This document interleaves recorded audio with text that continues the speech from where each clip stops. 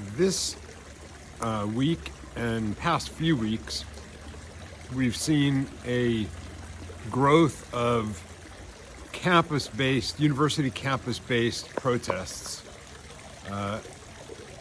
pro-Palestinian, even pro-Hamas, virulently anti-Israel, anti-Jew. And I think it's important to understand that this didn't happen in a vacuum, and it didn't happen all at once. These aren't people who they may legitimately be upset that innocent people are dying, as any decent person should feel. But these people were not upset at many other instances of innocent Muslims being killed in much greater numbers. 500,000 Muslims were killed by President Assad in Syria recently, and no one really mentioned it in the United States. So what is it? I think this is something that's been the seeds of which, the seeds have been planted over many years, if not decades. I think the aspect of identity politics and skin color politics is part of the foundation of what we're seeing now boil over.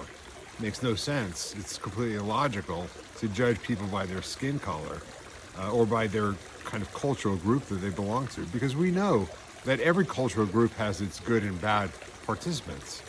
So this whole idea of demonizing a group based on skin color or identity politics makes no sense. And yet our country's gone heavy in that direction towards identity politics. And I think that's influenced what we see here today.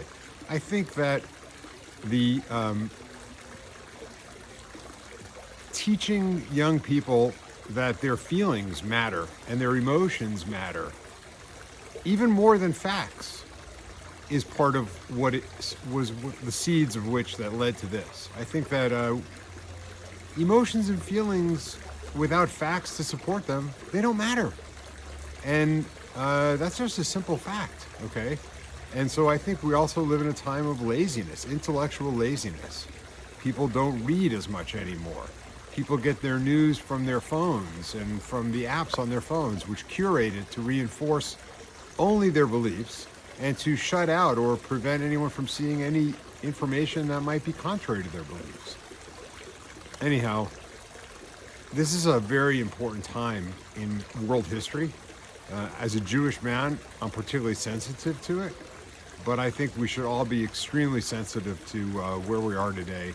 There's a lawlessness, a lack of respect for law and law and order. I think that's also at the root of this, and I think that's the foundation of the problem. We need to regain our respect for each other and our respect for rule of law.